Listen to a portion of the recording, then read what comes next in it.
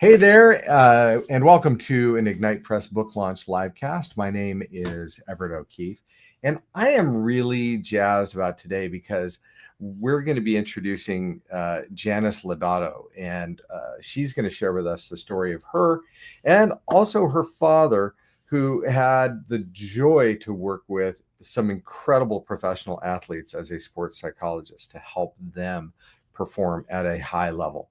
This is a cool story, and actually there's a ton of cool stories in this. So we are going to dive into that in just a second.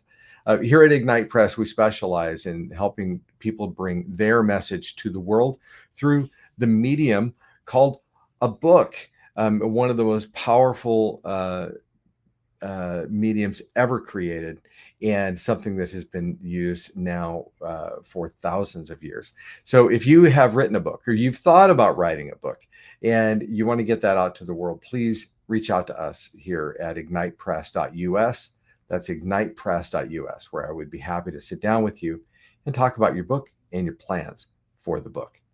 All right, but let's get to the main event. I am jazzed because today we are launching In the Company of Champions, a pro sports psychologist adventures in the halls of athletic greatness.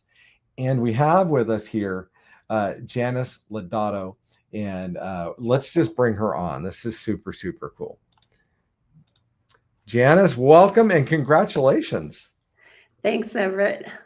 Man, this is an exciting time. I know that you're watching Amazon. You've been letting people know that the book is available, and this book has been a long time in coming. Now, before we get to the journey of the book, though, I want people to learn more about you. Tell us first about you and your background. Thanks. Well, I'm here because I'm Frank Lodato's daughter, one of his daughters. And my dad, Frank Lodato, was a sports psychologist. My academic background is in philosophy and communications. I've also worked in energy healing. I'm a Reiki master teacher. I've worked as a fine art photography as a teacher. And currently I'm a project manager working with software development teams. Okay. Now, that is an interesting background when we're talking about In the Company of Champions of this book here. So let's talk then about your dad. Mm-hmm. Let's talk about Frank and in his journey a bit, and then how this intersects with you in the book. Yeah. So this book is the story of my dad's career as a sports psychologist. And in the mid-1950s, he earned his PhD in psychology. And in 1959, he took a hypnosis workshop with Milton Erickson, who many consider the father of clinical hypnosis here in the US.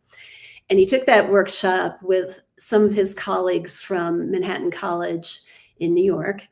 And afterwards, he was amazed at the possibilities of the application of hypnosis, that there's so many ways that hypnosis in a clinical setting, as well as self-hypnosis, can be helpful to people. And one of the areas that he was excited to apply it in was with athletes.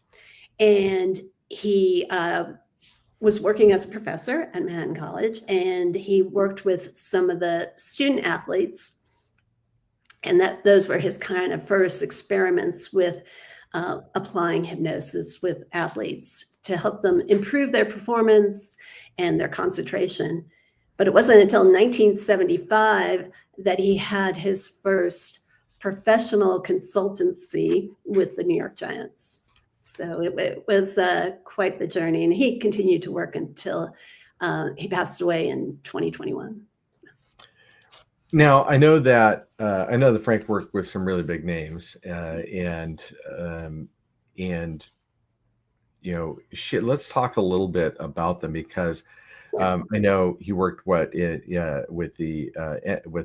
NHL, with the National Hockey League, Canadian Hockey League as well, right?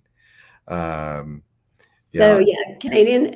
The book it focuses on. So he worked with many individual athletes, but he decided he was going to focus on the teams he worked with. And so there's the NFL section where he worked with the New York Giants, the Philadelphia Eagles, and he talks about his relationship with the Miami Dolphins, even though he never actually worked professionally with them. And then his career with the Canadian Football League and the Calgary Stampeders, British Columbia Lions, and the Montreal Concords. And then the NHL, which was such a big part of his career. He worked with the LA Kings, Los Angeles Kings, Florida Panthers, Boston Bruins, New Jersey Devils. Panthers are just kind of mentioned in passing. But he worked with the 2011 Boston Bruins when they won the Stanley Cup. So Wow. it was definitely a momentous occasion. Wow. Okay. Now, what was it like growing up? Your dad must have been all over the place He was. with his work. Did you get a chance to go be part of that at times? Absolutely. That was a big part of my high school years where he was working with the LA Kings at that time. And they had a minor league AHL team in New Haven, Connecticut, the New Haven Nighthawks. And I mean, literally, I went to hundreds of hockey games in New Haven and, Hershey, Pennsylvania, Sherbrooke, Canada, all over the place. Anyway, we traveled a lot, and he always, brought me along. It was just really fun to, cheer for the team, and then often there was a lot of waiting around afterwards, after the Oh, game, while he would work with the athletes and coaches and recap the game, and yeah, so that was probably the hard part. yes, I can imagine. My wife's dad was a basketball coach. yeah, At a D1 high school, and so it was like lots of time waiting around after those games and all of that. I think that the children of athletic coaches and those who work with athletes develop a whole nother level of patience yeah, as a result. absolutely, absolutely, Yeah. yes. Well, let's dive into the book here a little bit. In fact, before I do that, let me do this. I would be remiss if I didn't let people know that In the Company of Champions is available on Amazon today. And actually, we've got the Kindle version set at a special launch price of 99 cents. And so you can go pick up either the paperback or the Kindle today. And this is a great book, by the way. If you know anybody in sports, and I'm sure you do, this is a great book for you to buy as a gift. It is so full of wisdom, not just stories of like famous people that Frank interacted with, but also wisdom that will help anybody in their athletic pursuits and their non-athletic pursuits, because so many of those lessons are transferable to our everyday lives as well as our businesses. So pick up a copy of this today. So Janice, what was the impetus behind the book? How did we get started on this journey? Yeah. So my dad he wrote other books, right? But he wanted to write about the amazing people he met along the way in his sports psychology career. So he was uh, wanted to highlight them. And as you read this book, you'll see that there are just so many names mentioned, and he had an incredible mind and an incredible ability to remember people and their names and their stories. And so the motivation was to tell the story, sure, of his career, but also of these amazing people that he met along the way. And, it is a lot of famous people, but it's also people who, um, you know, worked in the front office, right? Made sure you had the tickets you needed, made sure you were on the right plane and got a ride to the airport. And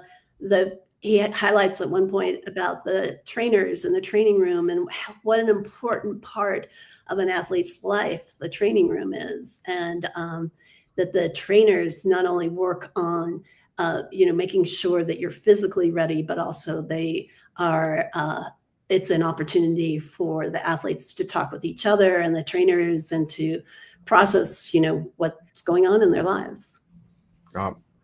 Now, the book is also, you filled it with some really useful principles. There's so much instruction in here. And one of them I really like, and you wrote, Principle 3, know what you're willing to give and also know what you expect in return. And I was like, can you go into a little go into a little more depth with that on us? Yeah, I'd love to. The giving and the expecting, I'm going to come back to that. Actually, I'm just making a note for myself so I don't lose my way. But I want to talk about those principles because Yeah, let's talk about those principles. Yeah, ironically, after my dad passed away, I knew we had been collaborating on this book before that. And I had all of this content that he had written, about each of the teams and the stories and everything like that. And it was probably a few months after he passed away. I was at my mom's house. And in the bedroom, there was this wicker basket on the floor. And I saw an envelope in there and I picked it up. And in there was all of this about these principles. And I was like, oh, this is supposed to go with everything else. But I didn't have an electronic version of it. It was just, typed up and printed out and in this envelope. So, this is a whole family adventure here. My husband, helped type, make it an electronic file. We got it to Cindy, the amazing editor we were working with at the time. And, she just, wove it together with the stories. So anyways, this concept that he had, like, that you needed to be clear about your expectations, that you were, what you're willing to give, right? This is all about, like Brene Brown would talk about boundaries, right? Your boundaries around what you're willing to give, right? And then what you're expecting back. And that also helps you be very clear in your communication about what you're expecting of the other person. So, this is one of the things that made my dad so successful, right? He was a really clear communicator and could relate to people and build that trust with people. And this was one of the ways he built that trust, was by being clear in what he was willing to offer and what he was expecting back. Boy, I certainly see some business applications here, right? We have this phrase here that we like to use, and that is clarity is kindness. By being more clear about what our expectations are, our demands, what we, things like that, we're being kind rather than causing people to just guess those things going forward. It's a hard phrase to live by the way, as you know. But I like the way you said it, because as an athlete, and in business too, but as an athlete, it's like, how much are you willing to put in? Because there is no limit to the amount of time in an athletic endeavor that can be demanded of you. Like, how much time are you supposed to spend practicing, working out, working on your mental game, working on press, right? Public relations, all those things that come with professional athletics. And so how much are you really willing to put in? And then what do you expect in return? Because you could, you could put in gads of that stuff and get little in return. I think of some minor league baseball players, for instance, and the hours that they put in and the the pitiful pay that they get, and they're on a AA or AAA team or something. It shocks me when you hear those stories. But the business application too, absolutely huge. I think of how many hours are we willing to put into our businesses? Yeah. And what do we expect in return? And when do we reevaluate that to go, I'm putting in way too many hours for too little return, or it's coming at the expense of my family, my other relationships, things like that. In fact, that was another one of your principles, was know the limits that exist in establishing relationships. I thought that was interesting. Can we talk about the limits that exist in establishing relationships? Yeah. So my dad, he talks about, if you're a sports psychologist and you're, let's say, you've secured a consultancy with a team, one of the things you shouldn't make assumptions about, for instance, that you're welcome in the locker room, or that that you need to find and establish that relationship and act in a way that's beneficial, right? Because there's mutuality in the relationship. He often, and the athletes who I interviewed recall this story, that he would often take the approach with the members of the team that, you come find me, right? He wasn't the type of sports psychologist who was going to set up, a half-day workshop where all the players had to participate and, learn certain things and read certain handouts. His approach was, they'll come find me, and they come find me, and then I'll teach them the basics of task analysis, relaxation, self-hypnosis, that then they'll use and they'll apply in their day-to-day practices, for instance. So he had that kind of no pressure approach. So did I answer your question? Yeah. And it's an interesting, situation, right? And also understanding what the limits of a relationship are going to be. But that's got to be interesting, the walking into a locker room where maybe the team has said, oh, we want to engage a sports psychologist, but still having to gain the trust. Like you said, you can't just walk in and assume you're welcome. Right, because you're usually hired by the coaches or by the management. So, yeah. Do you feel like your dad ever had times where he struggled with getting people to buy in? To go like, oh yeah, I really see the value of this and I really want to engage, versus, no, I don't have time for that. I need to go practice my batting. Yeah. He wouldn't force people. He had, definitely there was always be some players on the team who weren't buying in, who weren't interested, and that was fine. He didn't, that just didn't bother him, and he just would go on and just help the people who wanted the help, and needed the help, because he knew that's where it was going to be effective. Same thing with submitting proposals. And I think, when we talk about how the ideas in this book are applicable outside of the sports world, he'd submit a proposal sometimes, or have a meeting, and a coach or a general manager would be kind of lukewarm, or they just didn't get it. And he'd just move on. He would just move on. He just didn't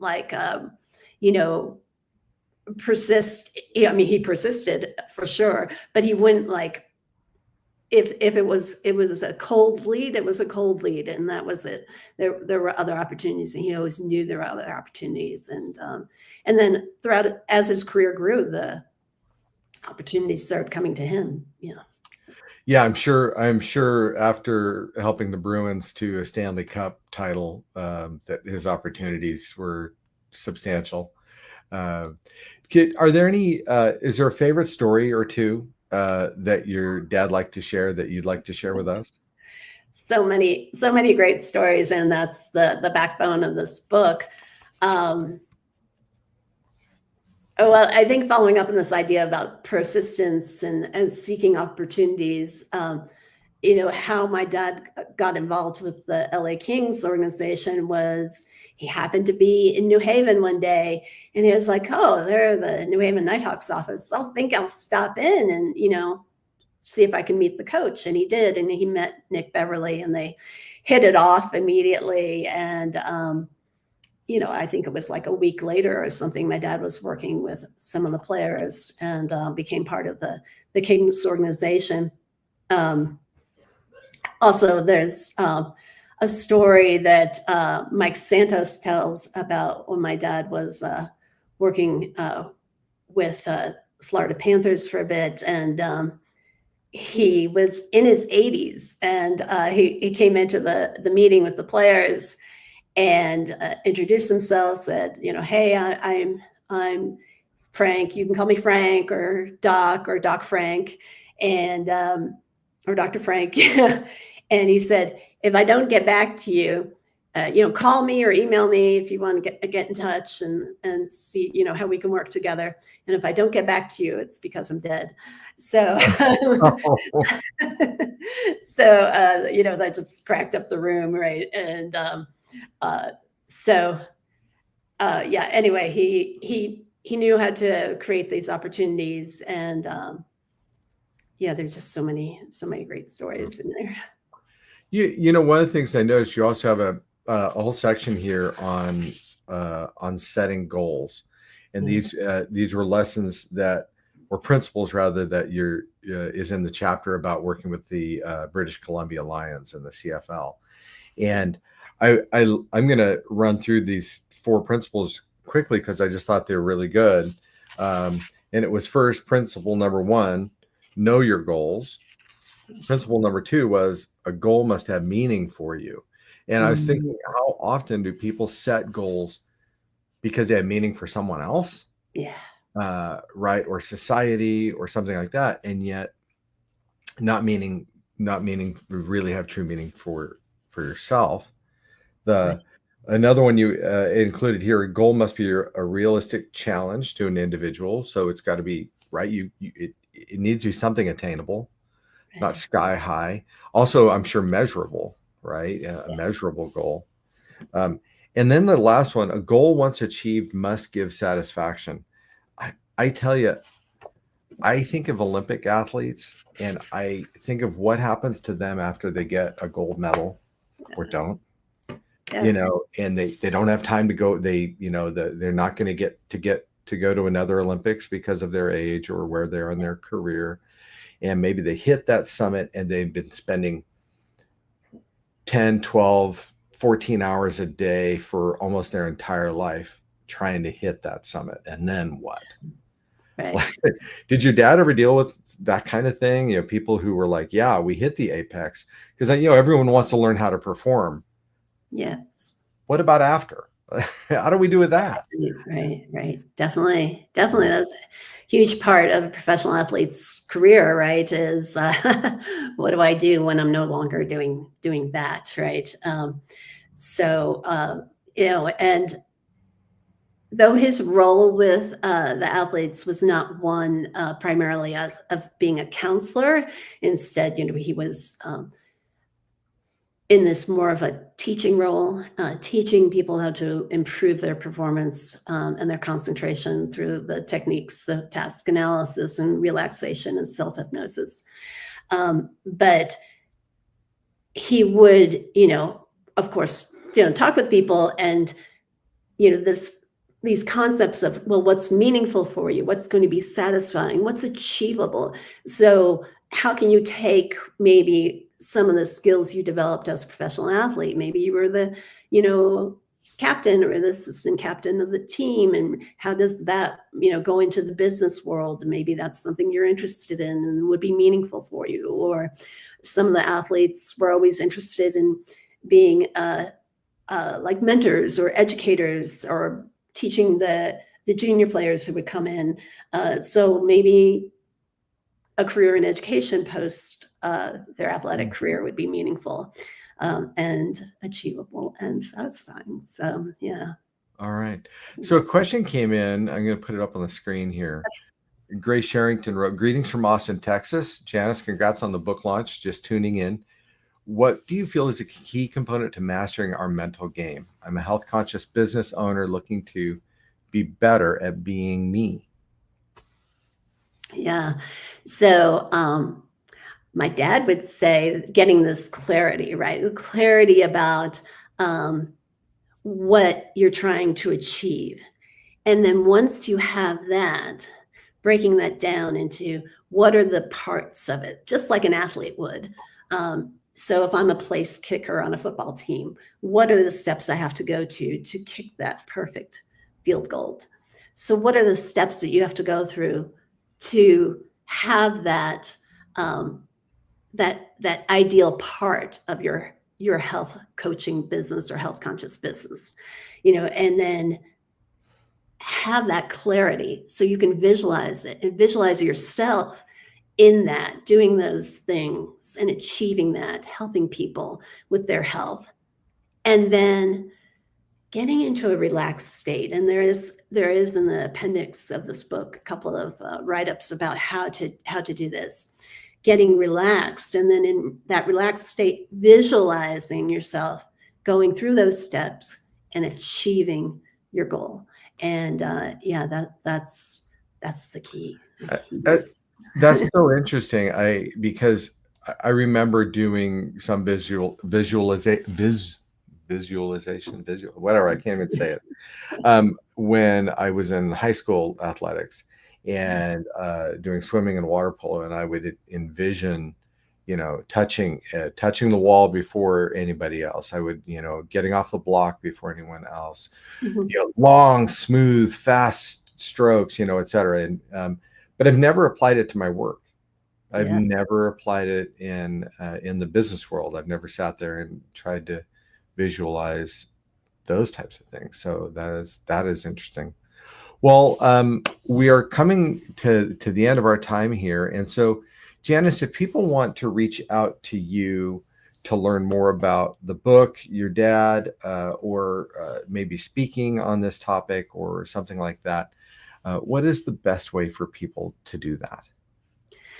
People can reach me through my website, janicelodato.com, or through email, info@janicelodato.com. You can also find me on LinkedIn. I'm there as well. All right. I'm going to put those into the chat here for everybody as well. So that will be there. So Janice, congratulations on this book. I one of the things that you've done is honored your father's legacy. And I know that before he passed away that he had authored other books in his career. But this culmination that I know just really honors him in a terrific way. Congratulations on doing that, and also on the publication from your side as well. Thank you, and thank you to everyone at Ignite Press for making this come to life. Thank you. It's been an honor. We get to look at lots of different types of manuscripts, and this one is unique for us, and so I appreciate that you brought it here for us to work on as well. So there you go. Janice, thank you. And now I get to plug the book again. The book is available now on Amazon for the Kindle's set there for a special 99-cent launch price. You grab the paperback as well, and pick up your copy today. And thanks again for joining us for this book launch live.